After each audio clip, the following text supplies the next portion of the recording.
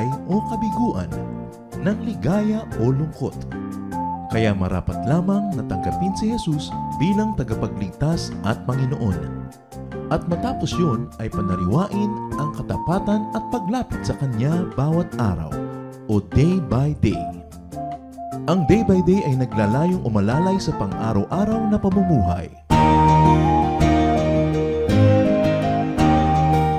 Narito po si Kuya Ed Lapis sa mensaheng pinamagatang Good Soil.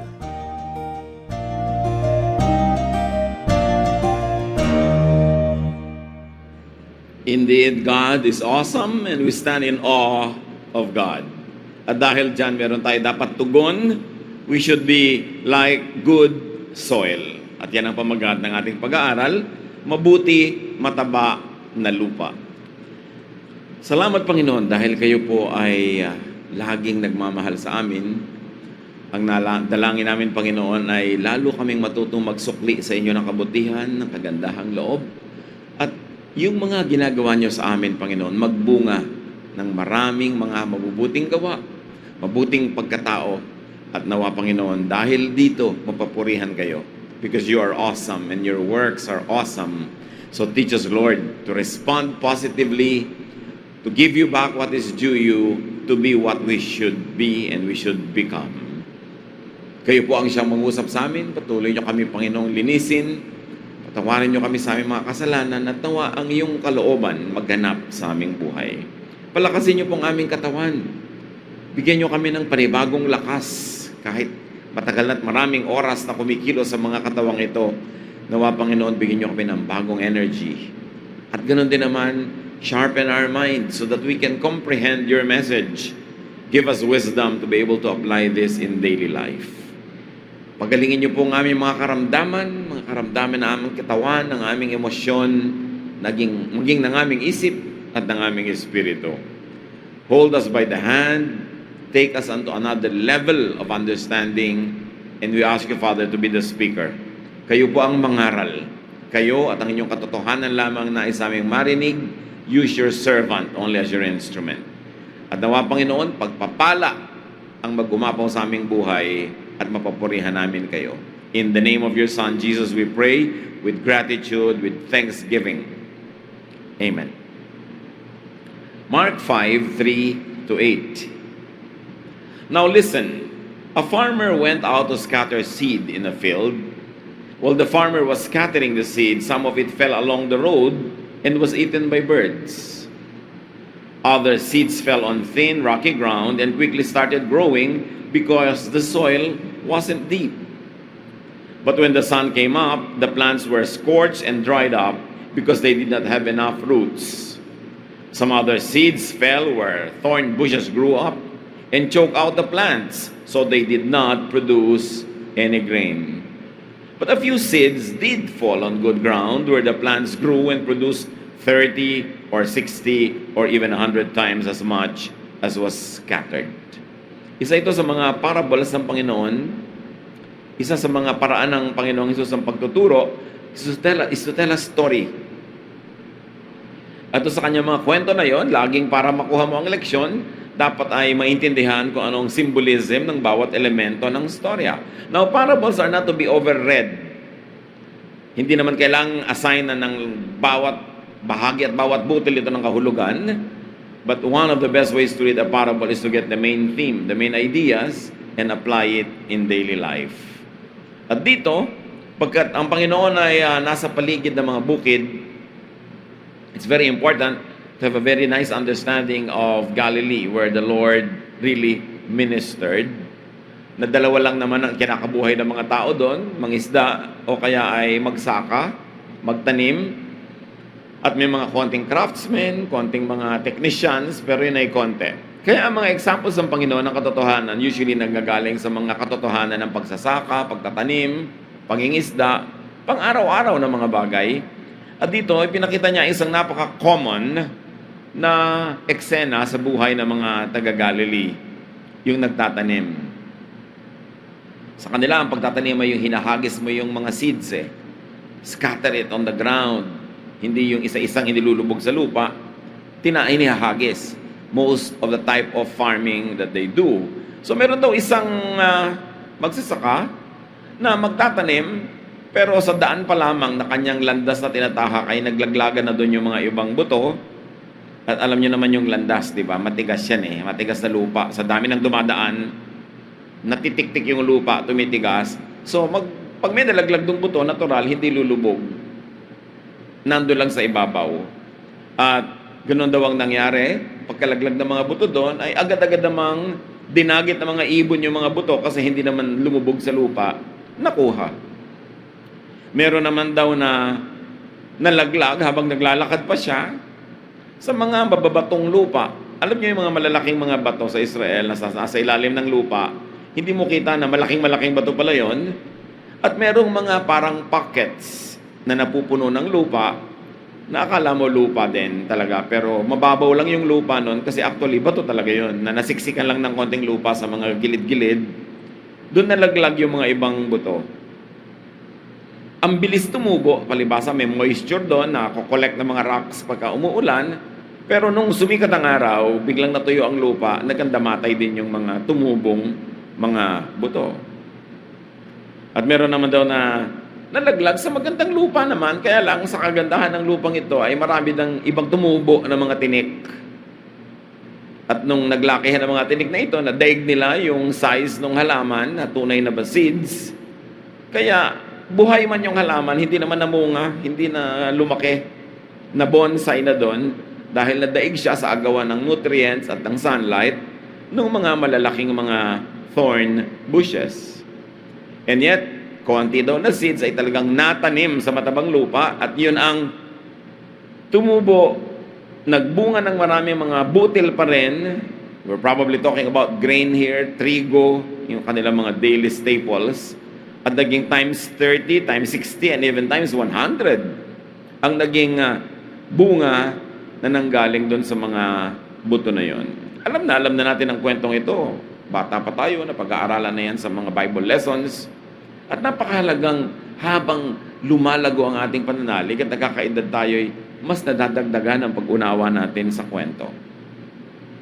So, there were these several types of soil. Hard soil along the road. So what happened to the seeds? They got eaten by birds. Walang nangyari. Nasayang lang. There was a type 2 soil which is rocky ground. The seeds quickly start to grow but dried up because he did not have enough roots. Parang ningas kugon. Biglang lumaki, bigla ring namatay. And there's this type 3 soil with thorn bushes. Maganda na nga sana pero may kakumpetensya ka naman. The plants get choked out and they do not produce grain.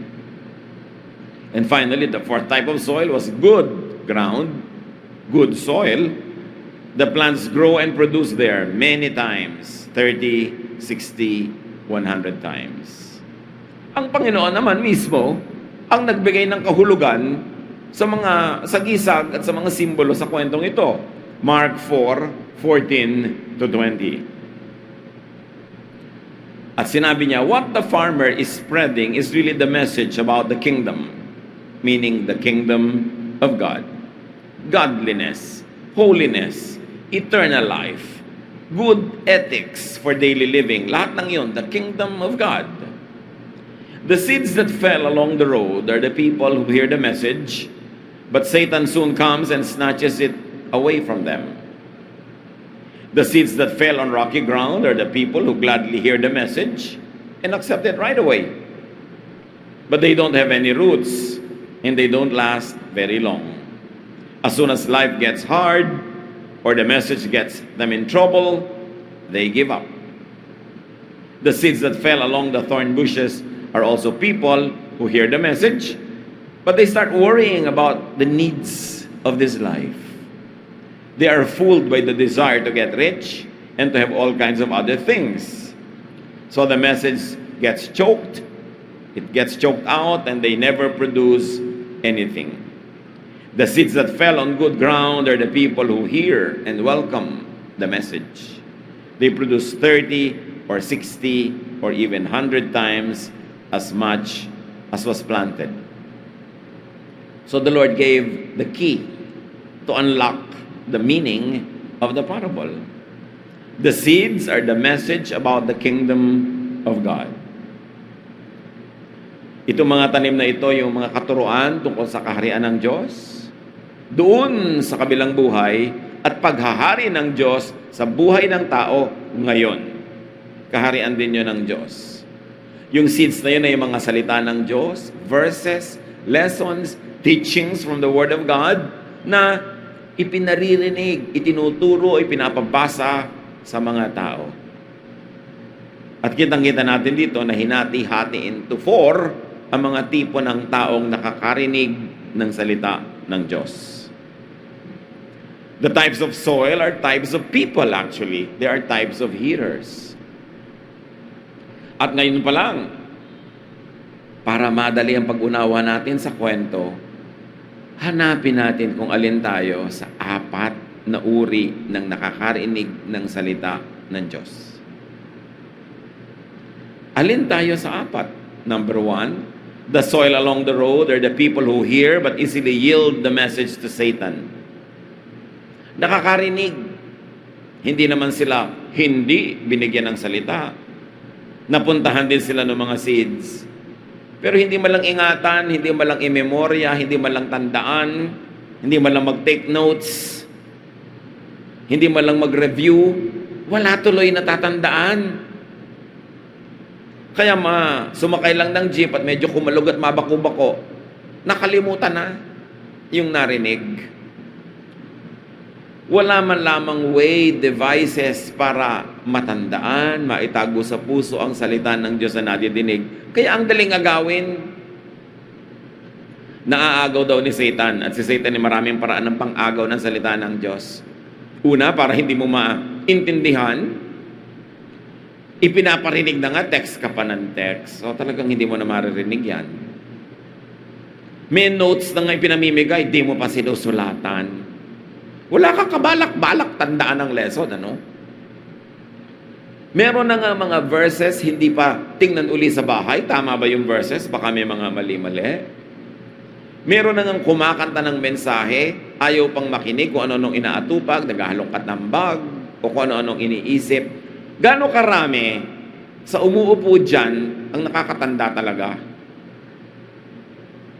By virtue of statistics, 1/4. Diba sa kwento ni Jesus? At siguro may basis siya for saying that. So sino yung 1/4 that belongs to group 1? Uuwi, tatanungin ng kasambahay, ano yung lesson? Ewan, tungkol sa lupa, mga bato-bato, yun lang ang natandaan ko. Wala na. Naagaw ni Satan. Sayang naman. Nag-ubos pa ng oras, pamasahe, gasolina para pumunta. So wala ring nalaman. Pero buti na lang pumunta. Higit mas maraming hindi nagpunta. Hindi dumalo sa Bible study, hindi dumalo sa worship, lalong walang pag-asa yon. Ang pinag-uusapan pa lang dito, yung nagka-chance makarinig, dahil ito namang soil, nalaglagan eh. So type 1 yon. Nawa, walang isa, ni isa dito, na taga-type 1. So 3 na lang pagpipilian natin. The group 2, the rocky ground are the people who accept it right away. But as soon as life gets hard or the message gets them in trouble, they give up. Yun yung pag nakarig, wow, hallelujah, hallelujah, bless ako, praise God. Yung ganon, yung halos nilalagnat lagi sa pagtanggap. Pero pag pumunta na yung usapan sa tithing and giving, ay, absent na. Ayaw na. Pag nahirapan sa pagsunod sa turo, ay, ayaw ko niyan. Huwag na lang, mahirap pala. Ito yung mga tao na ang trato nila sa mga turo sa Bible, parang listahan ng pagkain sa restaurant, sa menu. Titingnan, ito gusto ko to, ito ayaw ko to, ito ayaw ko to, o ito gusto ko to. Pinipili. Gusto lang yung maginhawa, yung madali. Pag mahihirapan na, wag na. Pag mapapagod, wag na. Ito daw yung group 2. Nakarinig, natuwa't nakarinig, umaten ng retreat, naku, biglang hot na hot sa Panginoon, pero after 2 weeks, wala na naman. Kasi nagka-problema. And specifically, ang problemang tinutukoy dito mga kapatid, problema sa pagsunod sa katuroan. Parang the price is too high. If you obeyed it, so wag na lang.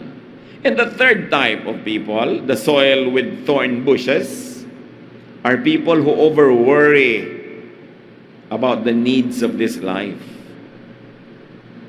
People who treat the Bible, who treat the kingdom of God, and who treat God as competitors ng kanilang mga pangarap, mga ambisyon, especially materialistic ambitions. And because these people give a lot of importance to material things, naturally, only one thing occupies one space at one time, what will happen is they'll prioritize their materialistic pursuit and drop their spiritual growth. The message gets choked out. Natatalo ng tinik.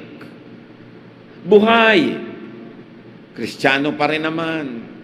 Umaattend pa rin, nandyan pa rin. Pero walang paglago. Walang bunga. Kayo ba yung mga Kristiyanong may bunga?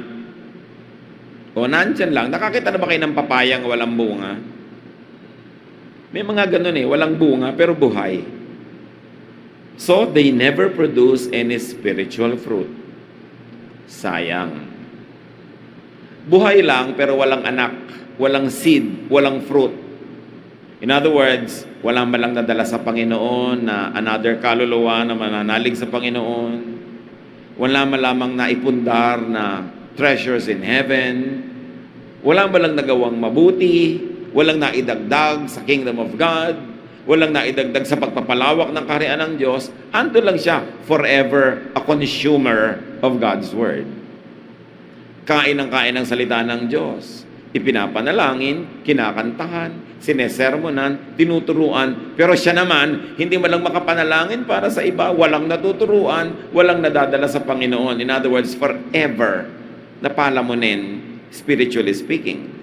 At may mga ganon.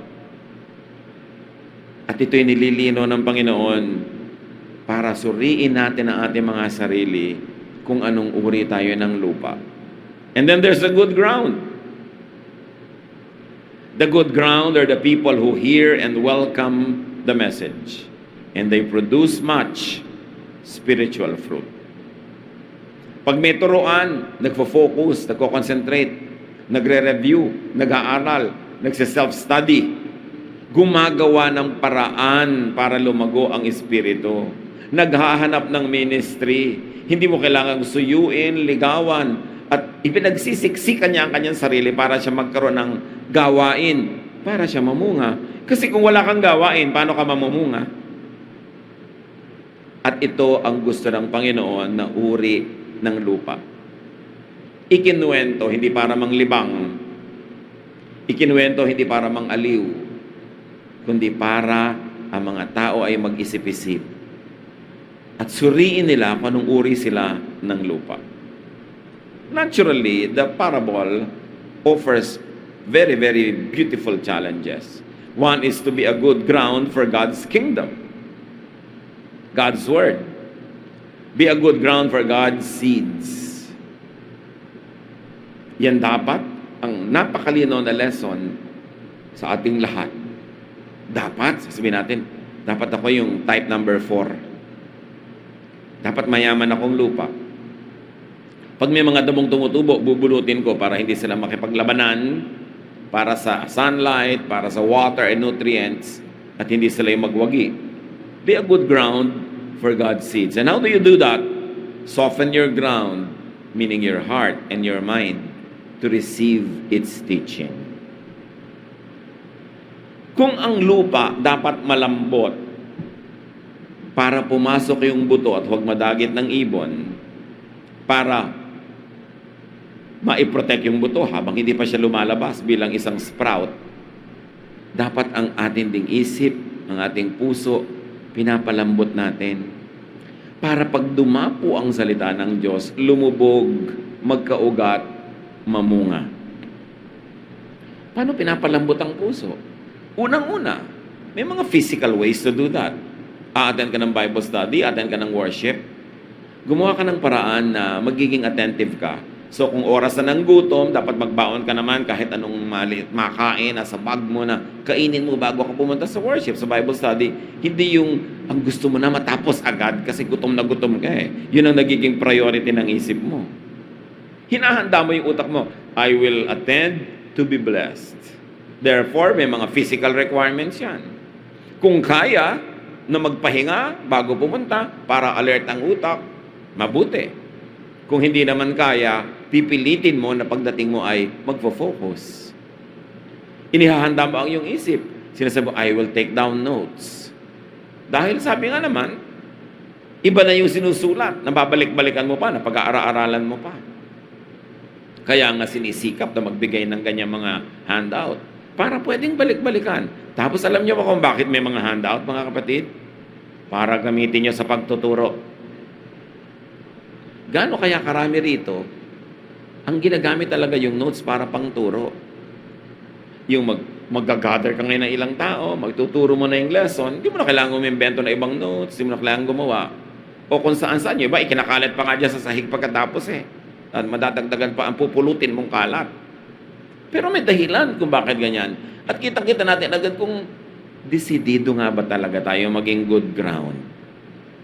And yet, kung may kasama kang kumare na pagkapupunta sa church, daldal ng daldal, kalabit ng kalabit, sisikapin mong lumayo sa kanya. Pagka-worship na, mo kumare, diyan ka sa kanluran, ako sa silangan. Para tayo mga anghel na bantay ng 4 na direksyon. Diba? Hindi magkakatabi kayo. Huwag kayong tatabi sa matabil. Madaldal, tanong ng tanong, kung ano-ano. Ipapakita yung mga picture sa kanyang cellphone habang nagwa-worship. E di, magiging anong type of soil kayo nun? Maaagaw yung dapat sanay natatanim. So, soften your ground. Isa pa, tanggalin niyo ang mga galit, mga muhi, mga sama ng loob pagpupunta sa worship o sa Bible study. Para walang sagabal, walang mga damo, walang mga umaagaw ng inyong atensyon at pumipigil na kayo ay mabless. And don't give up believing in and obeying God's word when conflicts and difficulties come. Huwag tayo maging fair weather Christian lamang. Pag lang madali, pag lang walang problema. Pag dumadating mga problema, mga pagsubok, huwag kayong bibigay at susuko.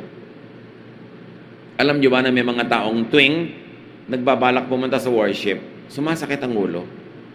Meron talagang ganun. Meron naman kung kailan ka talaga attend, may lagnat yung anak mo, lagi nagkakaproblema. Hindi tuloy natutuloy. Alam niyo yan, pinipigil ni Satan. Kaya kung ano-anong ginagawa ni Satan na paraan, nakikita ni Satan what works.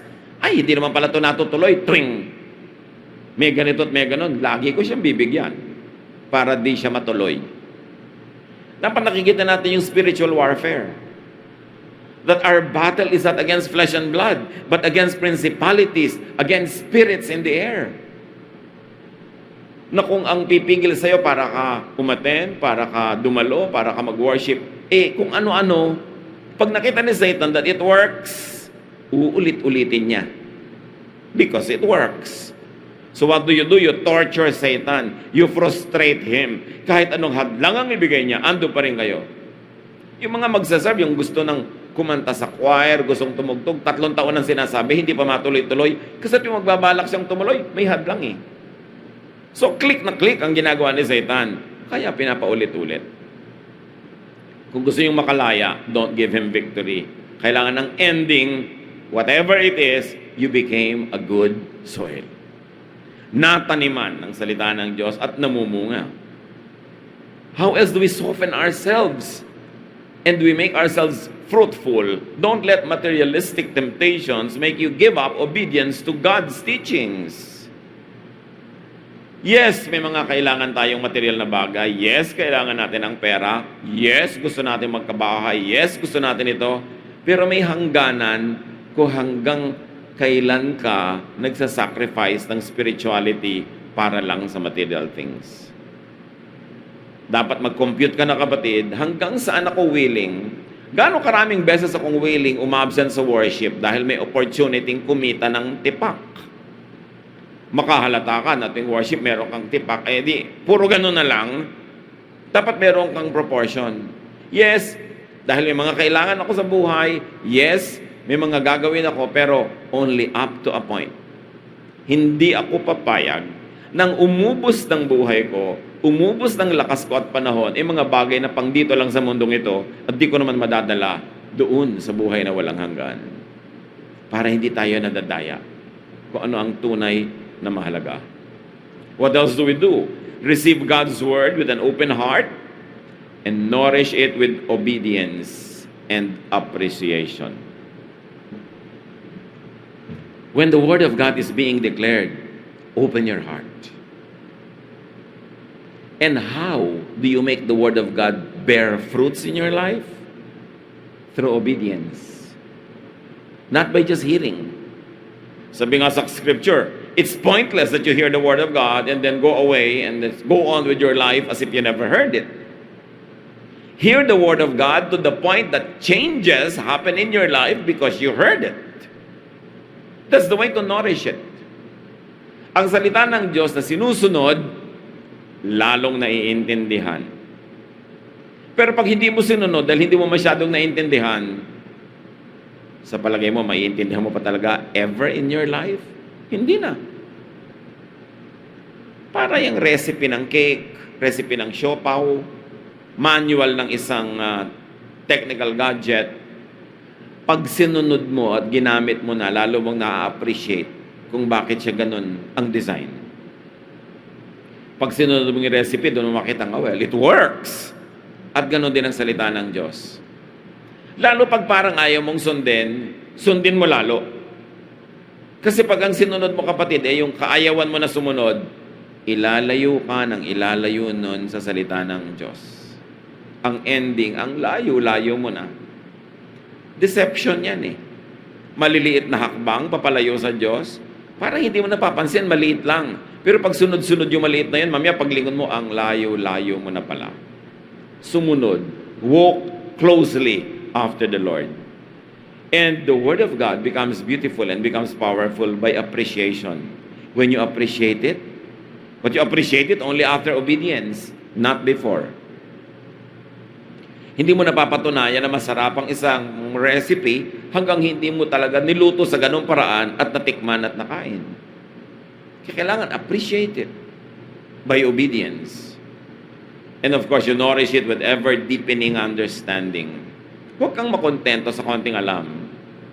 Sobrang lawak, lalim, taas ng karunungan ng Diyos na pag hindi mo nilaliman, tinaasan at nilawakan ng kaalaman mo, mananatiling konti lang ang pagkaunawa mo sa Diyos. Ang utos, we should grow from glory to glory. Ang dami-daming dapat malaman. Huwag kayong makontento sa konti, sa spoon feeding.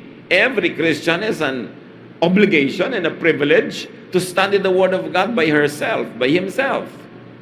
To read, to hear many things, to screen what he hears, to consult with people who are reliable in terms of their knowledge, training, experience, and actual track record. Para mabalance ang ganyang mga bagay. Gano'ng karaming beses mong nababasa halimbawa ang mga verses sa Bible every week? At gano'ng karaming beses mong napapanood sa TV na bumili ka dapat ng ganitong sabon? Alin ang mas madalas? Alin ang mas natatanim sa ating utak? Ano ang mas natatandaan? Ang mga detalye ba tungkol sa biblical teaching? O birthday ng artista? O ganito at ganong chismis? Ganito. Kasi yung nadidinig mo, nagiging ganun ka. Kaya pinipili ang nadidinig. Binibigyan ng mas malaking puwang yung salita ng Diyos. And of course, there's nothing better than sharing. You nourish the Word of God when you share it. The whole process. Nadinig mo, dapat madinig din mula sa'yo. Ipinabasa sa'yo, dapat maipabasa mo rin. Tinuruan ka, dapat ka rin makapagturo. Ikaw ay bunga ng kung sinong tao na naglingkod sa Diyos, kaya ka nadala sa Panginoon. O a team of people maybe working together or working separately, but still a team. Ang naging bunga, nagbukas ka ng isip, nakaunawa, lumago. You are a fruit of some people's work. Meanwhile, where and who are the fruits of your own work? Dapat ang tinatanggap natin sa Panginoon, ibinabalik natin sa Kanya, sinusuklian natin. At napakahalaga na mamunga. Only this type of hearer, of soil, enjoys spiritual fruits of peace, serenity, stability and strength, and joy. Ang bunga ng Espiritu, may outward. Tao na danila mo sa Panginoon, bunga yan. Talagang malinaw na bunga yan. Kahit hindi ikaw ang mag-isang nagdala dyan, ikaw, yung kaibigan niya, kung sino-sinong nadinig niya, nagkatulong-tulungan, team kayo, bunga yan. Yung pagbabago ng ating asal at pagganda nun, bunga yon. Yung nagiging outward manifestations of our faith, our language, our behavior, bunga yon. Pero may panloob din na bunga. At ito mahalagang mahalaga. Payapa ang loob mo, bunga yan nang naintindihan mo ang salita ng Diyos, kinain mo, na-absorb mo, ang bunga niyan, peace. Pag tunay na nakababad ka sa salita ng Diyos, inuunawa, tinatanggap, sinusunod, ina-appreciate, itinuturo sa iba, ang isang mahalagang bunga niyan, kapayapaan. At hindi ka makakarating doon kung hindi mo gagawin yung prosesong ating sinasabi. Tining ng loob, tibay ng loob, at isang malalim na kaligayahan, more than happiness, joy. Bunga yan. Yun ang nakakaranas yan, ang makakapagpatotongo nga, bunga yan. Bakit ganun? Nawalan ka na ng trabaho? Namatayan ka pa ng mahal sa buhay? May sakit ka pa? Bakit ka payapa? Bakit ka tahimik? At may joy ka pa? Bunga yan ng pagbubukas ng puso sa salita ng Diyos, pagtanggap, pagsunod dito, at pagtuturo nito sa iba, yan ay bunga. At according to statistics, 1/4 lang ng mga nakakarinig ang makakaranas ng bunga na yon. Kaya yung iba nagtataka, bakit ang tagal-tagal ko na pong Christian, wala pang nangyayari sa buhay ko? Baka type 2 ka. Bakit ganun po? Hindi pa ako payapa. Ang gulo-gulo pa ng isip ko. Anong type ka kaya? Kasi kung type 4 ka, may bunga ka. In fact, yan ang tinatawag sa Galatians na fruit of the Spirit. Because the Word of God dwells richly in you, it cannot help but grow and bear fruits. Parang nung marami sa atin, maliliit pa lang tayo, tinatakot ka, pag nilulun mo yung buto ng santol, ano mangyayari? Tutubo, lalabas ang mga tanga sa ating mga tenga at ilong. Kung bakit naman napakasarap lulunin yung buto ng santol. Malaking temptation talaga. Pero nakakatuwa yung illustration na yon kung gagamitin mo sa Word of God. Pag lumulun ka ng Word of God, tutubo, maglalabasan sa tenga mo, sa salita mo, sa buhay mo, sa bibig mo, yung mga bunga nun. Kaya halatang halata, yung hindi talaga tinutubuan ng salita ng Diyos, walang kabunga-bunga. Outward and inward. Konting takot, takot na takot. Konting alalahanin, ninenervyos. Marami nang ang blessing, reklamo pa ng reklamo, hindi mo rin mag-appreciate. Walang spiritual fruit. And it is easy to trace, why not? Kasi hindi talaga lumulubog, nag-uugat, tumutubo at namumunga ang salita ng Diyos.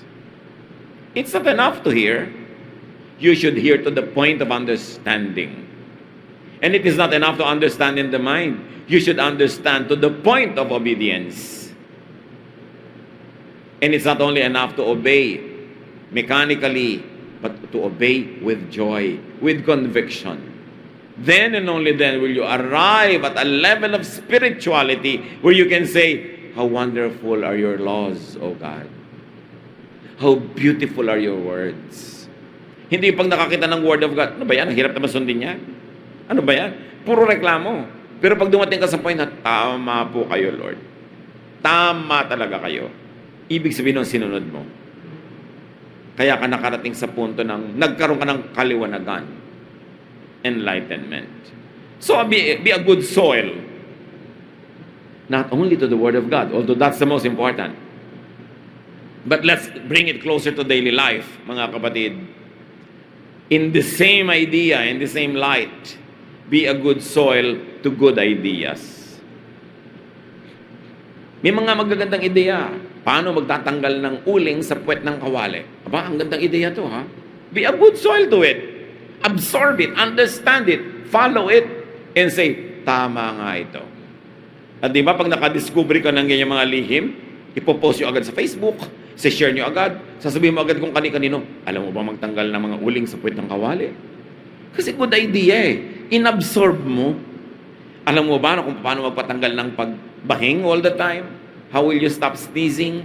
Paano ba talaga magtanggal ng mga mancha ng damit? Maraming mga good ideas in life. At yon tulad ng pagtanggap natin sa salita ng Diyos, dapat din bukas ka, marunong kang sumuri. At kung talagang maganda, palaguin mo hanggang magbunga. Napakaraming dapat natututunan. You should always be open to good ideas. Change happen only when you change your mind. When a person changes her mind or his mind, may kasunod na changes sa buhay nun. Hindi pwedeng hindi. Tulad ng, pag nagpasya kang, ayoko na sa boyfriend kong ito, napatunayan ko, irresponsable. May mga kasunod yun. Makikipagkalas ka, lalayuan mo siya, magiging open ka sa ibang possibilities. But first, you have to change your mind. And good ideas should be welcome so that we can change from less than good ideas or bad ideas to good ideas.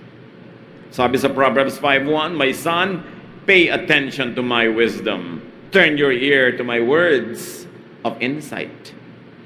At merong words of wisdom. Kahit labandera, kahit janitor, may mga area of life na nadiscover niya yung wisdom doon na hindi mo nadidiscover kahit ikaw ay doktor o lawyer o engineer. Kaya dapat willing kang magbukas ng iyong tainga sa mga tao. Lalo yung mga taong may track record of success and fruitfulness in their chosen fields. Nakikinig ka dapat. Hindi yung nagsasalita pa lang ang kapwa mo, nire-reject mo na. Tinatapos mo yung sentences nila, ikaw ang tumatapos para ikaw ang bida. Pagka may na nga nag-uusap, merong dinner, ikaw ang bangka ng bangka, ikaw ang salita ng salita. Nung nag-uwian, kung may natutunan sila sa iyo, panalo sila. Pero wala ka natutunan sa kanila, talo ka. Dapat bukas ang isip. Nakikinig. Be a good soil to good deeds. Pag may ginawa sa inyong mabuti ang kapwa, kailangan kayo maging good soil, mga kapatid. Ginawan mo ko ng mabuti, tutubo ito, magbubunga ng marami ring mabubuting gawa, at ikaw ang unang-una kong susuklian ng mga bunga ng mabubuting gawa. At tulad ng ginawa mo sa akin, na ginawan mo ko ng mabuti, kahit wala akong ginagawang mabuti sa iyo, gagawa ako ng mabuti sa iba para matanim din sa kanila ang kabutihan kong ginawa. At kung magpapaka-good soil sila, magbubunga rin yun, gagawa sila ng mabuti sa akin, susuklian nila ako, at gagawa sila ng mabuti sa iba. Whenever you do something good, you actually accomplish many things. Number one is, you did not do something bad, because you can do only one thing at one time. Kaya pag may ginawa kayong tama, praise God and congratulate yourself. Dahil sa paggawa nyo ng tama, hindi kayo nagka-chance gumawa ng mali. So gagawa ka ng tama, importanteng ginagawa natin yan. Isang bunga yon, hindi ka nakagawa ng mali. Naging busy ka kasi gumagawa ka ng tama. Kaya yung present ka sa school, sa classroom, ang ganda ng ginawa mo kasi kung hindi ka present doon, absent ka. Obvious ba yun? Hindi ka lang sa hindi present, naging absent ka pa. At hindi ka lang naging absent, malamang naglakwatsa ka pa. Kanina lang, may natanggap ako sa Facebook, Tito, meron po akong nabuntis. ayaw niya pong pakasal sa akin, ipapa-abort na lang daw niya ang bata. Sabi ko, bakit ba buntisan kayo ng buntisan? Hindi pala kayo nagmamahalan. Kasi hindi kayo gumagawa ng tama sa oras na ito, ang nagagawa niyo tuloy mali. You should be busy doing good things so you lose energy and time and space to do bad things. King ang tao pag may ginawang tama, accomplishment na yun eh. Kahit pag sabi mo, anong napala mo sa paggawa ng tama? Wala namang bunga. Hindi pwedeng walang bunga yan. Hindi pa lang natin nakikita. Pero may immediate bunga na yan. Hindi ako gumawa ng mali. At ayaw pa bang bunga yun na instant? Remember mga kapatid, ang daming gumagawa sa atin ng mabuti. Nakakatanggap tayo ng kabutihan. Good soil ba tayo? O tayo yung ginawa ng mabuti, baliwala lang, parang yung type number 1 na soil.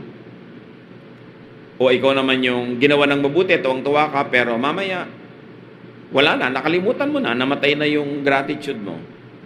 O ginawa ka ng mabuti, pero bukas may nagawang hindi kagandahan, may kompetisyon na yon, parang yung mga tinik, ang nanalo na yung tinik, ang natandaan mo na lang yung hindi niya magandang ginawa, nilimot mo na yung maganda. Kahit sa anong larangan ng buhay, ma-apply mo yung kwento ni Jesus eh. Kaya napakaganda. Lagi mong iisipin, am I a good soil for good deeds? And also a challenge is to be a good soil for good people. Binibigyan tayo ni Lord ng mabubuting taong dumadating sa buhay natin.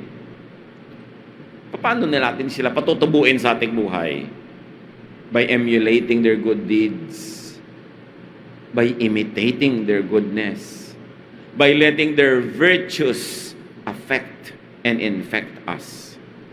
Pag may mahusay na tao, huwag kayong papayag na hindi kayo mahawahan. Ang husay pala niya eh. Ba, ang husay niya magluto, dapat mahawahan ka ng husay na yun. Magpapaturo ka. You will take the position of a student. You will be humble and you will learn. Hindi ang yabang-yabang mo, hindi ka na maturuan, you will never learn. Pagka merong taong ang husay naman niya sa ganung larangan, kitang-kita mo, be a student of that person. Learn at the feet of that person. Kailangan merong mga ganun tayo. Kasi ang kabutihan ng Diyos, iminumudmud niya sa maraming tao, kaya bawat isang tao, may mapapala ka dyan. Kahit hindi siya relihiyoso, bine-bless din siya ng Diyos. Because sabi nga sa Bible, God sends His Son, both the sunshine, no? Both on the good and the bad. God lets the rain fall down on both good and bad people. So hindi lang mapakita mo sa church, yung good, marami ding good, wala sa church. Learn. Be open. Be a good soil. In any area. Pag umattend kayo ng isang seminar, bisa pinapadala pa kayo ng kumpanya, pinagbabayad pa kayo ng plane ticket, oras mo, bayad na oras. Are you a good soil? Do you really learn? At yung kumpanya mo ba, may napala for sending you. O matapos mong matuto, nilayasan mo na yung kumpanya, sa iba mo na ginamit yung natutunan, that is ingratitude. Dapat yung nagtatanim sa iyo, papaanihin mo yan. Dapat sobra-sobra pa. Dapat panalo sila for having done good to you because you will outdo them. That is the child of God. Dapat ang mga tao, sobrang pinapalad pag nag-cross sa mga landas natin. Hindi yung sinawimpalad sila dahil nakilala ka. Dapat napakasarap at nakilala ka dahil nagiging blessing ka sa kanilang buhay. Saan saang larangan ng buhay natin ma-apply ang katuruan na ito ng Panginoon? Ama namin, nagpapasalamat kami na punong-puno ng karunungan ang Biblia. Patuloy niyo kami bigyan ng mata para makita yung dapat makita. Tainga na bukas sa dapat marinig. At mga paang handang sumunod sa mga yapak na iyong anak na si Jesus. Ngayon pa lang, ipakita niyo sa amin, Lord, kung aling uri ng lupa kami o baka a mixture of 1 and 3, of 2 and 4. Nawa maging pure kami para hindi nakakalito. Maging malinaw sa amin kung sino kami at kung anong gusto namin mangyari sa aming buhay para madakila namin kayo, mapasalamatan, and people will see our good works and give glory to you. Turuan niyo po kami. Saan-saan pang larangan ng buhay kami dapat maging good soil. Kung kami ba yung mga anak, pinag-aaral lang magulang, ginagastahan, pinagmamalasakitan, are we good soils? Nagbubunga ba kami ng diploma? Nagbubunga ba kami ng good grades? Nagbubunga ba kami ng learning? At kung kami mga asa-asawa ng aming mga kabiyak, anong bunga ang binibigay namin sa kanila? Nawa, Panginoon, bunga ng katapatan, pagmamahal, bunga ng kabaitan. Anong uri kami ng mga magulang? Anong uri kami ng mga kapitbahay at kaibigan? Anong uri kami ng mga church members? Nawa, Panginoon, makita nyo sa lahat ng ito, dahil si Kristo ay nasa aming puso, we are more than conquerors, and that we become excellent soils, so that whatever you plant in us will bear fruit and will give glory to you. Pagbulay-bulayan natin, mga kapatid, ang mga application nito sa ating personal na buhay.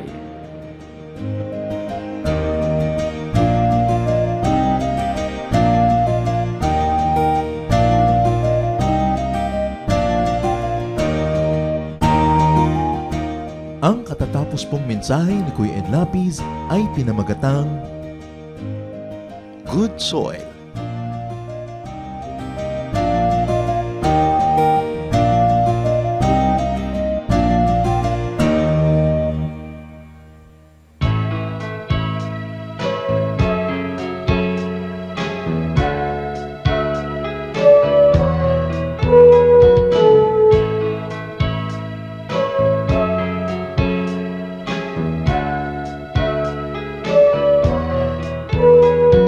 Ikaw ang aming nakikita sa kanilang mukha.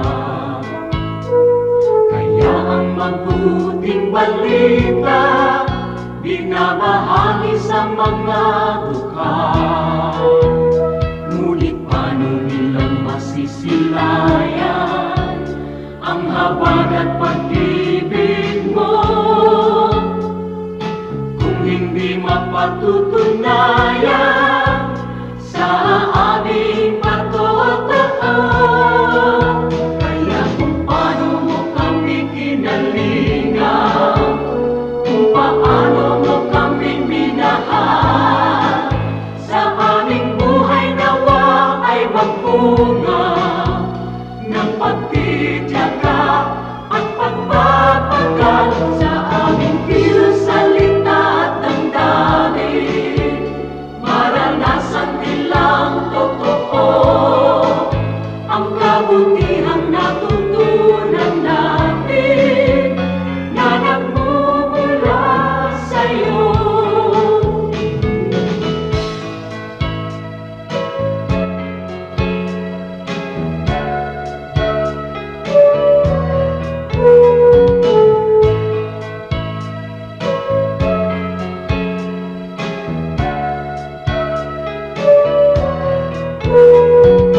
Kung ang tao at ang lipunan ay laging makasarili, sa'yo ang bagong panuntunan, ang maglingkod at magsilbi. Ang aming pananampalataya patuloy mong palaguin, at sa iyong dakilang biyaya di ka namin bibiguin. Kaya kung paano mo kami kinalingan, kung paano mo kami minahal, sa aming buhay nawa ay magbunga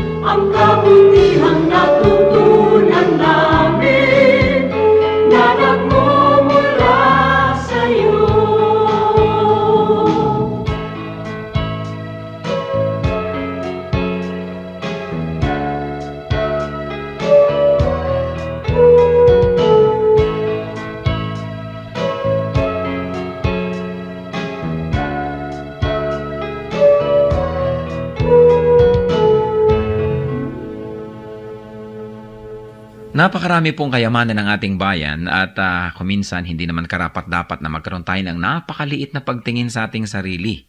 Nangyayari lang yon kung hindi natin kilala ang ating nakaraan, hindi natin kilala ang mga kayamanan ng ating bayan na nagpapaganda sa atin pong lahi. Kaya naman dapat natin kilalanin ang nakaraan, ang kasaysayan, at ang mayayamang mga pamana sa atin ng ating mga ninuno. Ang mga hiyas po ng ating lahi, ang mga kayamanan ng ating bayan ay binubuo ng maraming bagay. At isa na rito ang musika. Ang musika ay salita daw ng kaluluwa. Ang musika ay napakabisang paraan upang ipahayag ang ating damdamin, ang ating mga pangarap at ang ating mga pagpapahalaga. Sa Pilipinas po, ang musika ay paraan ng pagpapahayag ng mga espiritual na bagay. Ang mga Pilipino kapag gumagawa ng musika kadalasan ay upang sumamba.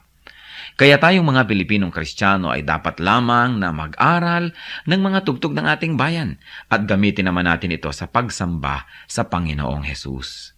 Dapat nang bawiin ang musika ng Pilipinas mula sa kung ano-anong mga paggamit na hindi ayon sa kalooban ng Panginoon. At ito naman ay dapat ialay sa paanan ni Jesus upang lalong makadagdag sa marami, makulay at magagandang paraan ng pagpapahayag natin ng ating pananampalataya. Ang musika ng bayan, hiyas ng lahi, hiyas ng bayan. Narito at ating pakinggan ang mambayo, mga tunog ng pagbabayo ng palay na may kasamang mga awit mula sa mga kalinga.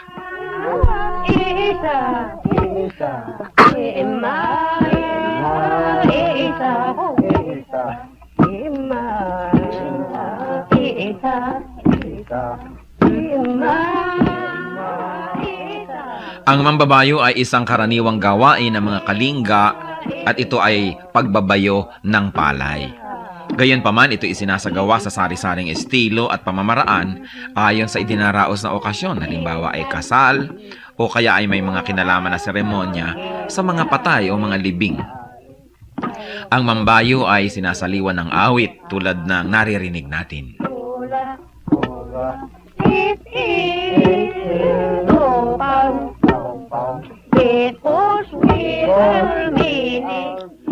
Ang sinasaliwan ng awit na pagbabayo ng palay ay ginagampanan ng 8 kababaihan at sinasagot naman ng mga kalalakihan.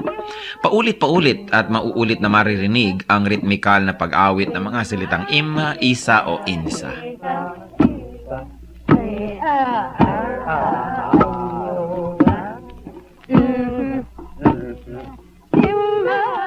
Kasabay nito ang kanilang pagbabayo.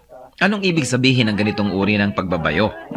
Pagbabayo ng palay na hindi lamang ang dahilan o ang gustong mangyari ay makapagbayo ng palay, ito rin ay isang bigkis panlipunan. Sa pagbabayo, makikita ang tulungan, pakiramdaman, pagsasaya.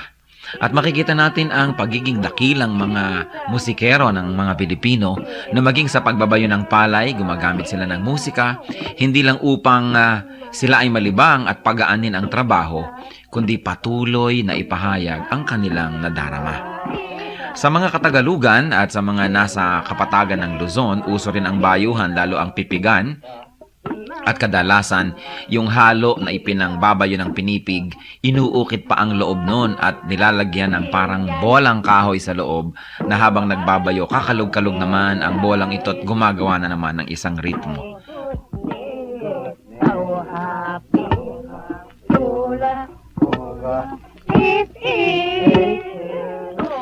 Yan po ang mambayo, ang pagbabayo ng palay na may saliw ng mga awitan ng mga kalinga. Ano po ang maaari nating matutunan sa kayamanang ito ng ating lahi? Na ang bawat gawain natin ay maaaring saliwan ng musika. Lalong-lalo naman ang pagsamba natin sa Panginoon, ang ating mga paglilingkod, na sa paglalagay natin at paglalapat ng musika, hindi lang gumagaan ang ating trabaho, kundi na ipapahayag din natin ang ating damdamin. Musika ng bayan, kayamanan ng ating lahi, hiyas na dapat makilala at ingatan.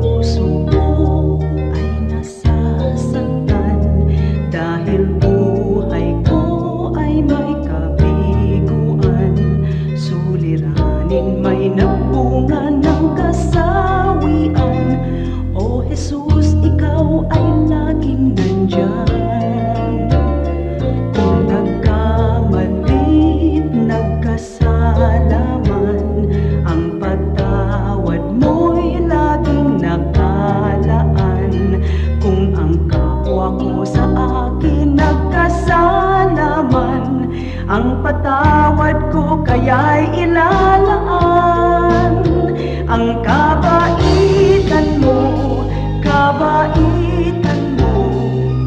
ay dapat mong tularan sa buhay ko. Ang kabaitan ko,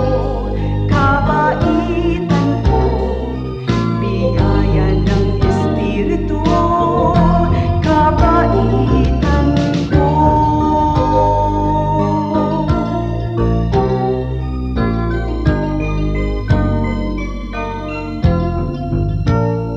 Kung nagkamalit, nagkasala man, ang patawad mo'y laging nakalaan.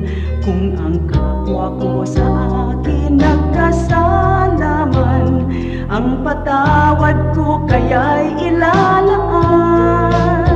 Ang kabaitan mo,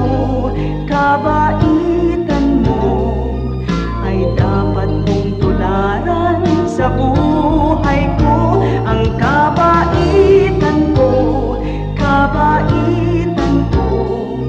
biyaya ng Espiritu, kabaitan ko.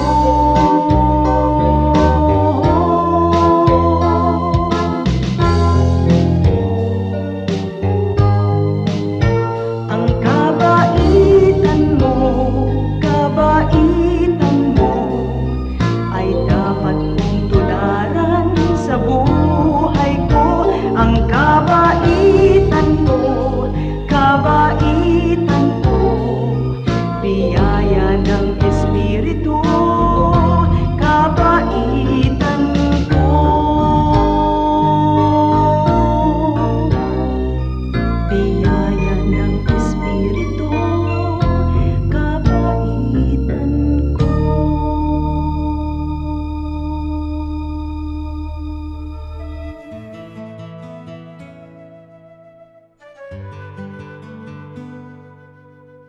Bakit marami sa atin Kastila ang pangalan?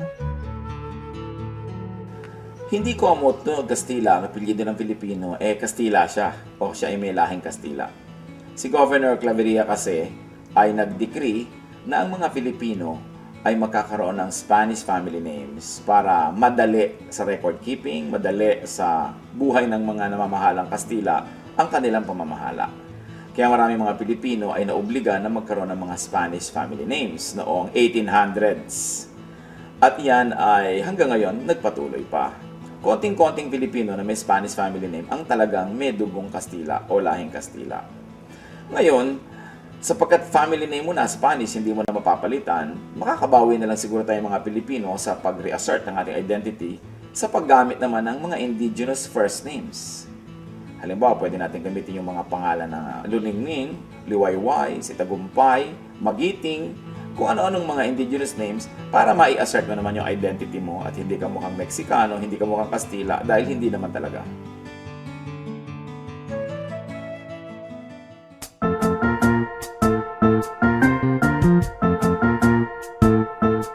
Oras na po para pansamantalang magpaalam ang programang Day by Day.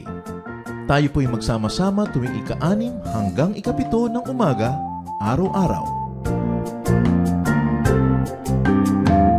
Magandang umaga po at mabuhay ang Panginoong Hesus!